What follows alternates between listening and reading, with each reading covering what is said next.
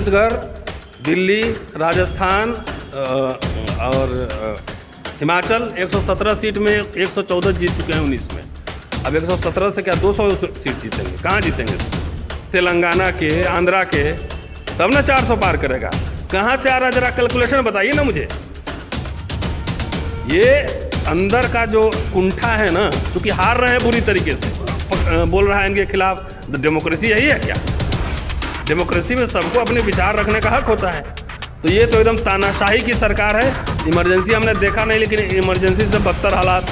जब जो मुझे जहाँ काम करने का अवसर मिलता है, अपने हिसाब से हम काम करते रहते हैं। जब विश्वविद्यालय में हम पढ़ा रहे हैं, तब विश्वविद्यालय में अपना काम कर रहे हैं। जब राजनीति में आएंगे तो मेरा काम बताएगा ना। अभी से हम क्या, हम साधु थोड़े ही क्या भविष्यवाणी करते हैं। पूरे देश की स्थिति दूसरे टाइप हो रहा है, इस पर आपका क्या सोच है? कुछ नहीं, बीजेपी हराओ, देश बचाओ। 10 साल में बीजेपी ने देश के सारे संसाधन बेच दिए हैं कुछ पूंजीपतियों को। संवैधानिक संस्थाएं जो है उसकी हत्या हो रही है। अल्पसंख्यक मुसलमान को पीटा जा रहा है गोमांस के नाम पर। अब पता लगा है गोमांस के व्यापारी से इलेक्ट्रल बॉन्ड में चंदा भी आ रहा है। तो इनकी जो लीला थी ना, करनी और कथनी जो है ना, स्पष्ट सामने आ गया है। इसलिए सीधा और सीधा है कि लोकतंत्र बचाना है, संविधान और मुल्क को बचाना है, तो बीजेपी को हराना है, आरएसएस को हराना है। जी, बीजेपी कह रही है कि पूरे हम 400 पार कर रहे हैं, तो ऐसे में चारों तरफ से तो हमको दिखाई नहीं दे रहा है कि कोई विपक्ष में है। ये तो जब विपक्ष में नहीं है, ये फ्रस्ट्रेशन है। जिसको 400 पार करना होगा चुपचाप रहेगा ना। ये बार बार नारा देना 400 पार, ये तो अंदर से वो डर है ना। कहाँ कहाँ से 400 पार लाइएगा, मैं बता देता हूँ।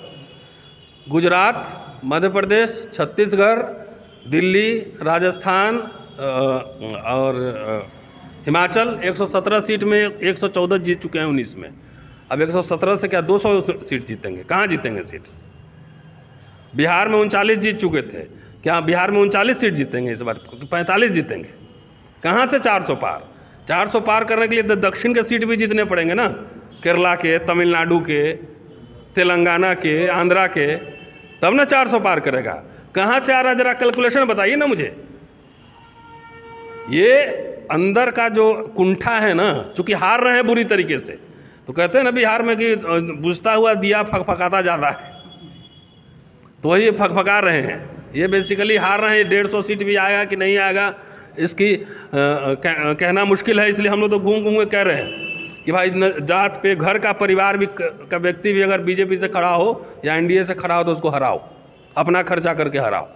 बीजेपी को हराओ, क्योंकि 10 साल में हम लोगों ने देखा है सारे संवैधानिक संस्थाएं, ईडी, सीबीआई, वो तो सब कह रहा है, दिख ही रहा है। विपक्षियों को किस तरह से दमन करना है ना। पूरा अकाउंट बंद कर देना है। जो उनके खिलाफ पत्रकार लिख रहा है, बोल रहा है, उसको पकड़ के जेल में ठूस दो। जो प्रोफेसर बोल रहा है इनके खिलाफ। डेमोक्रेसी यही है क्या? डेमोक्रेसी में सबको अपने विचार रखने का हक होता है। तो ये तो एकदम तानाशाही की सरकार है। इमरजेंसी हमने देखा नहीं, लेकिन इमरजेंसी से बदतर हालात अभी हैं। ये कहते हैं ना, संविधान खत्म करने की घोषणा नहीं करेंगे। जो संवैधानिक प्रावधान है उसको खत्म कर देंगे, अपने आप संविधान खत्म हो जाएगा। जी, शुक्रिया। एक चर्चा का विषय बना हुआ है सासाराम निर्वाचन क्षेत्र से, तो इस पर क्या कहना आपको? क्या चर्चा का विषय बना हुआ है? कि यहाँ से अभी तक लोकसभा में प्रत्याशी बतौर में कोई मजबूत नहीं आया अब तक। तो ये चर्चा तो होने दीजिए। चर्चा तो अच्छी चीज़ है ना। आपका भी नाम चर्चा में आ रहा है। अब तो आ रहा है तो अच्छी बात है। आपको अच्छा नहीं लग रहा है? क्यों अच्छा लगेगा? आप कहते हैं कि कोई पढ़ा लिखा विद्वान है, तो चलिए, चर्चा में तो अच्छा है। नाम आ जाएगा तो फिर आपका क्या सपना है सासाराम लोकसभा के लिए? आपने कहा था बाबू जगजीवन राम ने कई महापुरुषों का नाम लिया है, तो आपका क्या सोच है?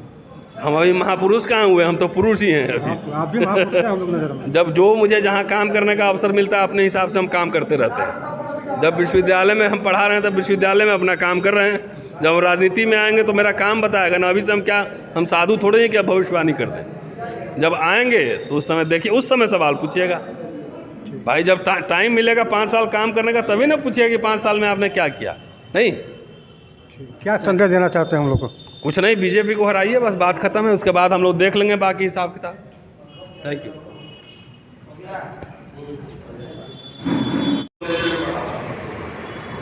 कई साथी यहाँ पर मुझे लगता है कि यूट्यूब पर देखते होंगे मुझे, या सोशल मीडिया पर देखते हैं। और मेरा घर वैसे मुजफ्फर, रहने वाला मुजफ्फरपुर का। दाल रोटी के लिए नौकरी करता हूँ कि क्या चले। और किया है। तो बिहार के एक बड़े इतिहासकार काशी प्रसाद जसपा नाम पर जो लोग जानते हैं वो KP जसपा, उन पर मेरा शोध है और कई किताबें प्रकाशित कर चुका है। तो ये सब क्यों कह रहा हूँ कि अगर स्थितियाँ सामान्य हो, सब कुछ ठीक ठाक रहता, तो हम लोग बैठ के लाइब्रेरी में बैठ के रिसर्च करते, किताब लिखते, आर्टिकल लिखते, इंटेलेक्चुअल एक्टिविटी करते, लेकिन ऐसा है नहीं। तो इसलिए हम लोग को जो पढ़ा लिखा समझा समाज को देखा, अगर हम नहीं बोलेंगे, हम आवाज नहीं उठाएंगे तो कौन? तो मेरा कई रूप है, आधा पत्रकार भी हूँ, आधा टीचर भी हूँ फुल टाइम और एक्टिविस्ट भी हूँ। तो मैं समझता हूँ कि आप भाषण करने की मुझे जरूरत है, संगोष्ठी टाइप से हम लोग बातचीत कर लेंगे, सवाल जवाब कर लेंगे, इसमें भी बहुत सारी बातें स्पष्ट हो जाएगी।